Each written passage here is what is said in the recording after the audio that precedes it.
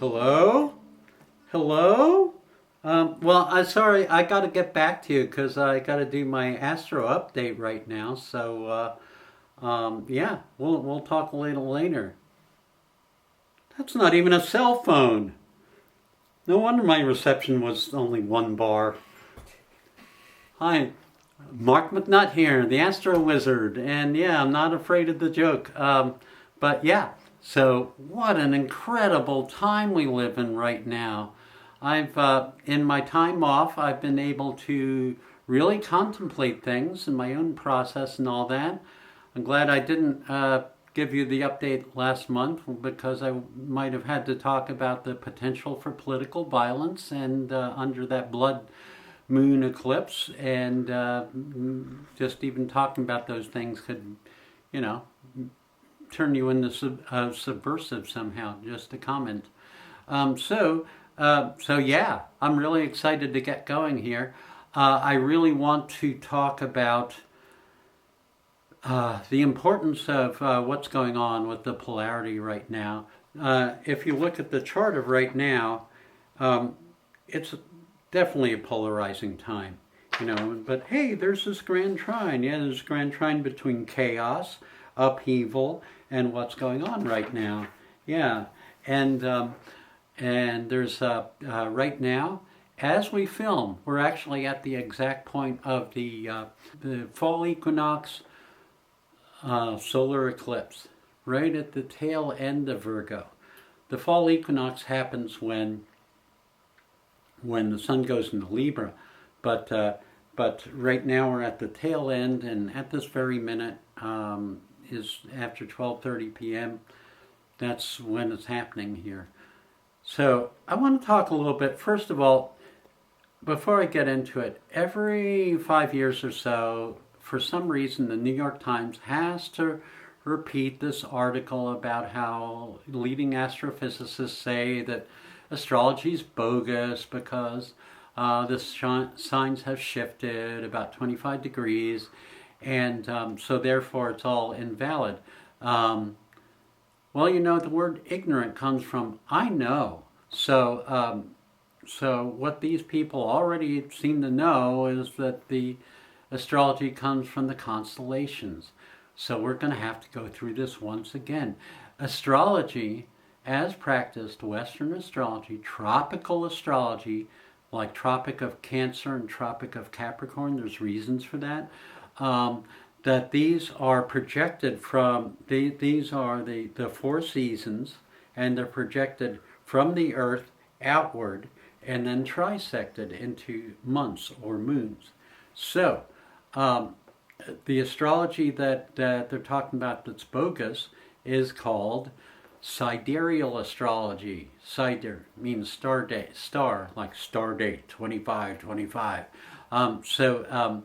So basically it has to do with the constellations. The astrology that we practice, which has not shifted in 2,000 years at all because the equinoxes and solstices haven't shifted, that has to do with something entirely. It's got the same names as the constellations, but it's not the same thing. There's Vedic astrology and biodynamic astrology, which does have to do with the constellations, and that's another story, and we're not going into that today. So, forget about this. The New York Times I find to be very accurate, of course, but it's kind of like, reading the news through the eyes of a Vulcan or something, but basically they're just reprinting what scientists like to say. And I guess the next crop of and I'm going to say ignorant because it's a proper word here, ignorant astrophysicists are, just have to say this every now and then, just have to do it, and then we have to talk about it. So I'm done talking about it for today. We are right at that vernal equinox, right at the fall equinox, which in the southern hemisphere would be the spring equinox. And when day and night are equal and we move into the sign of equilibrium or equilibrium, the sign Libra. And so so that's very exciting. That's going on today.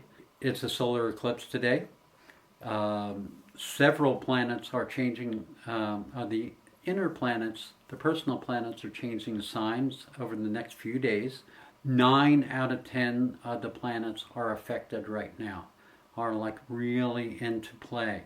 You know, a lot of times when we look at what's going on, it's like, well, okay, there's aspects, things are stimulated, and everything is stimulated right now except Jupiter. Jupiter is right there in Cancer, having to do with home and family and roots and foundations and tribe and stuff like that. And that's going on big time. But on the other hand, the other planets are very active right now. So Sun and Moon, tail end of Virgo moving into Libra, conjunct Mercury. Opposite that, Saturn and Neptune. In the tail end of Saturn's in the tail end of Pisces, Neptune's moving back into Pisces from Aries, and pretty much all the outer planets are all retrograde right now.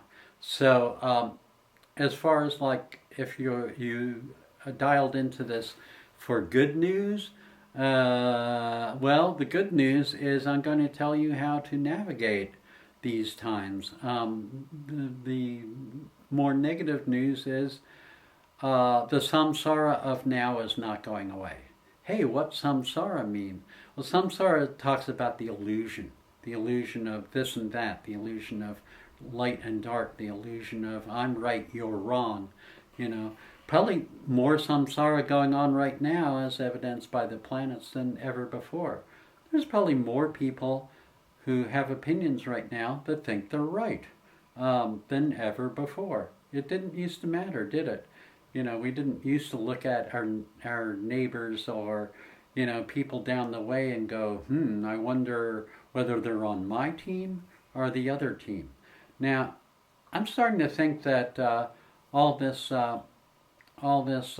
football and basketball and all these ball team opposition things are really demeaning to what's going on. They teach us that we should be in two teams struggling against each other. And that's why the importance of music, art, cooperative enterprises of any sort are really important. And that's what Libra kind of brings us into, potentially. So it's really important to go beyond the opposites because you can get really caught up in them. And it's a time when we can be really swept up in the illusion of right now. Why? Because it's really affecting us, you know. In a way, it's not an illusion, but it is in the bigger sense of things, because it's like, where is your heart at? Where's your soul at? How do you feel? You know, we keep thinking that we're our mind, but we're really we're our heart. Joseph Campbell said, the mind is a secondary organ. And bear that in mind as I say this, because when you sink into your heart, when you sink into your hara, when you sink into your center, when you go out in nature, you have a whole different experience. So I challenge all of you over this next solar month to spend some time in nature. When you do that, you shut off your cell phone. You don't like put it on standby or something like that. Maybe don't even bring it with you, because we seem to be shackled to the opinions that come out of this electronic device. And we can never be sure that they're not tainted by something else. Seeing all those, just seeing those, compound satellites flying overhead, it's like, yeah, there's something else going on here. So let's not dwell on that. Let's talk about the planets. So, as I mentioned, Sun and Moon both moving into Libra today, conjuncting Mercury. So that's about cooperation and communication. Opposite Saturn and Neptune.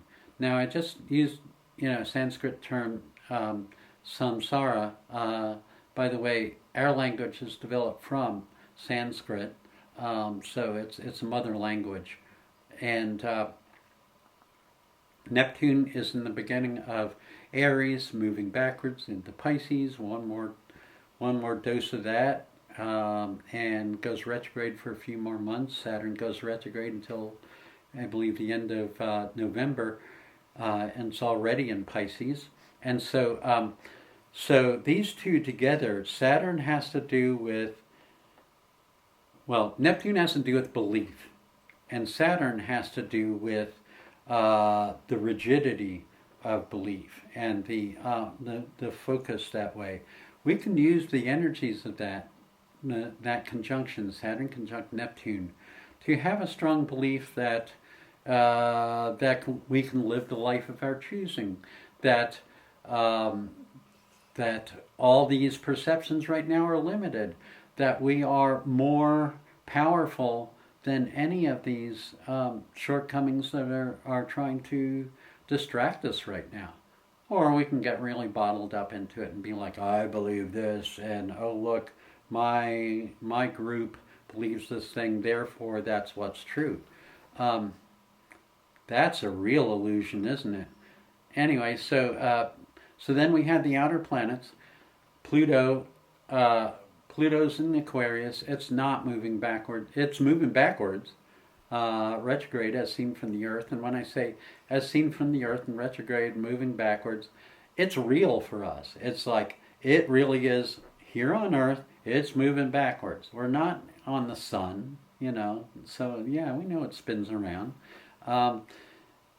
So Pluto's retrograde in the beginning of Aquarius, and for those of you that are like, oh boy, that's another indication, the age of Aquarius. I'm going to alienate more people by saying that the age of Aquarius is relating to the precession of the equinoxes and doesn't occur for another 300 years.